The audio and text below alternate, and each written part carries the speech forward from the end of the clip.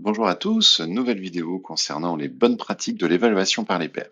Donc si vous vous souvenez dans les vidéos précédentes, on a essayé de travailler autour de la grille de critères et puis certains questionnements qu'on avait, le dernier étant le nombre de travaux à demander à chaque élève, hein. Donc ce qu'on vous disait c'est entre 3 et 5 nous semblait quelque chose de pertinent. Voyons aujourd'hui un petit peu plus à quel moment utiliser l'évaluation par les pairs.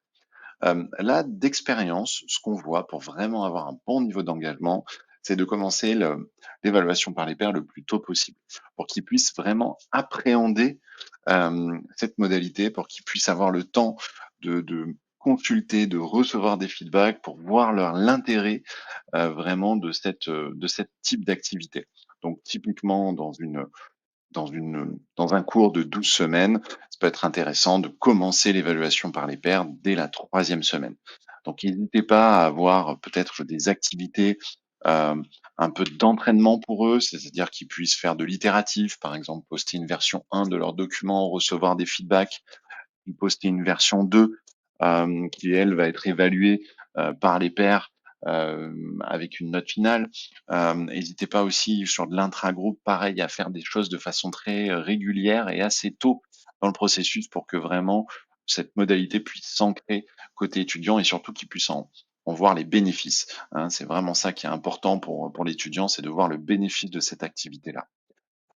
Et justement sur la récurrence, pareil, hésitez pas à répéter ce type d'activité, pour vraiment encore une fois l'ancrer, dans le processus des étudiants et n'hésitez pas aussi à débriefer avec eux chaque activité, leur montrer quelles compétences ils développent, la capacité à donner des feedbacks, la capacité à avoir un esprit plus critique sont vraiment des choses qui sont vraiment intéressantes pour les étudiants. Donc n'hésitez pas, à dès le départ à leur expliquer pourquoi vous allez mettre en place ce type d'activité-là, pourquoi vous allez le faire de façon régulière et répétée. Ça va permettre vraiment aux étudiants de s'organiser.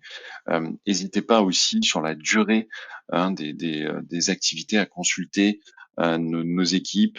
Ce qu'on voit aujourd'hui, le cas classique quand on fait ce qu'on appelle de l'évaluation croisée, c'est-à-dire qu'on demande aux étudiants de produire quelque chose et à ces mêmes étudiants d'évaluer d'autres productions. Généralement, on va laisser une semaine, c'est-à-dire une semaine pour déposer, une semaine pour évaluer. Mais là, encore une fois, c'est le cas générique. On peut avoir des cas beaucoup plus variés où on va leur laisser, par exemple, 1 ou 2 mois pour poster leur travail et peut-être 15 jours pour évaluer parce que les travaux à évaluer sont assez consistants. À l'inverse, on peut aussi avoir, comme on l'a vu dans les cas d'usage, des présentations qui ont lieu pendant le cours où là, on va leur laisser une demi-heure, 40 minutes, 1 heure pour évaluer 5 ou 6 groupes qui vont passer directement en cours. Donc vraiment, chaque cas est adapté. N'hésitez pas à nous consulter là-dessus. Mais voilà, sachez que ça peut aller de quelques heures à quelques semaines pour la fréquence idéale sur ce type d'évaluation. Voilà, on en est fini sur ces vidéos autour des bonnes pratiques de l'évaluation par les pairs. Je vous dis à très bientôt.